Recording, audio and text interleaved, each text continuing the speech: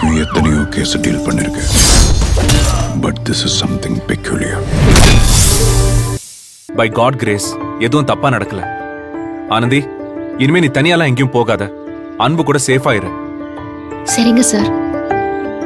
அப்புறம் என்ன சார், இதுக்கப்புறம் வெளியில எல்லாம் போறது இல்லல்ல? ரூம் போய் ரெஸ்ட் எடுத்துக்கலாமா சார்? யோ முத்து, நிஜமாவே நீ ரூமுக்கு போய் ரெஸ்ட் தான் எடுப்பியா? யோ, உன் வாழ்க்கையில ஒரு நல்லது நடக்கலன்றதுக்காக என்ன ஏன் சும்மா நோண்டிக்கிட்டே இருக்க? ஒரு டைம் பாஸ் வேணாமா முத்து? யோ, உனக்கு டைம் பாஸ் ஆவறதுக்காக என்ன டார்ச்சர் பண்ணுவியா? யோ முத்து, அன்னைக்கு நைட்டு உன் பைக் எனக்கு கொடுத்து என்ன டார்ச்சர் பண்ணேல? ஏங்க சும்மா இருங்க, ஏன் அவரையே கிண்டல் பண்ணிட்டு இருக்கீங்க? மகேஷ் சார், இதுக்கப்புறம் எங்கேயாவது போவோமா இல்ல இங்கதான் ரூம்லயே இருப்போமா? இப்போதைக்கு இங்க தான் இருக்க போறோம். ஈவினிங் கேம்ப் ஃபயர் பார்ட்டி இருக்கு. இன்னைக்கு டின்னருக்கு பார்பிக்யூ ரெடி பண்ண போறோம். அப்படின்னா என்ன சார்? ஆனந்தி, இந்த கறியை சுட்டு சாப்பிடுறது தான் பார்பிக்யூங்கிறது. ஓ அப்படியா? ஆமா ஆனந்தி, அதுக்கு முன்னாடி இப்ப நம்ம லஞ்ச் சாப்பிடலாம். வாங்க போலாம்.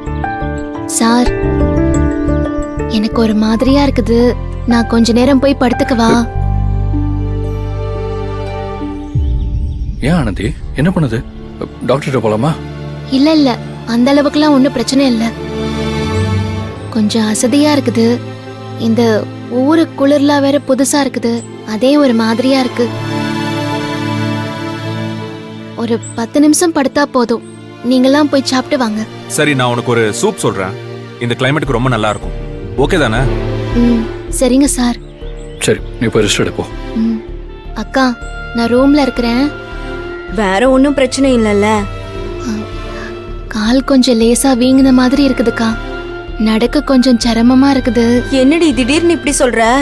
கோகிலா, இந்த மாதிரி நேரத்துல இப்படிதான் இருக்கும். சரியாயிடும். ஆனந்தி, நீ போய் ரெஸ்ட் எடு. சரியா?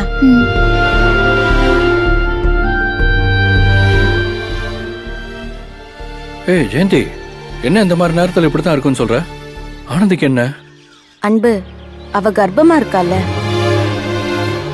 இந்த மாதிரி நேரத்துல கால் வீங்கதான் செய்யும். அப்புறம் அதுவே சரியாயிடும்.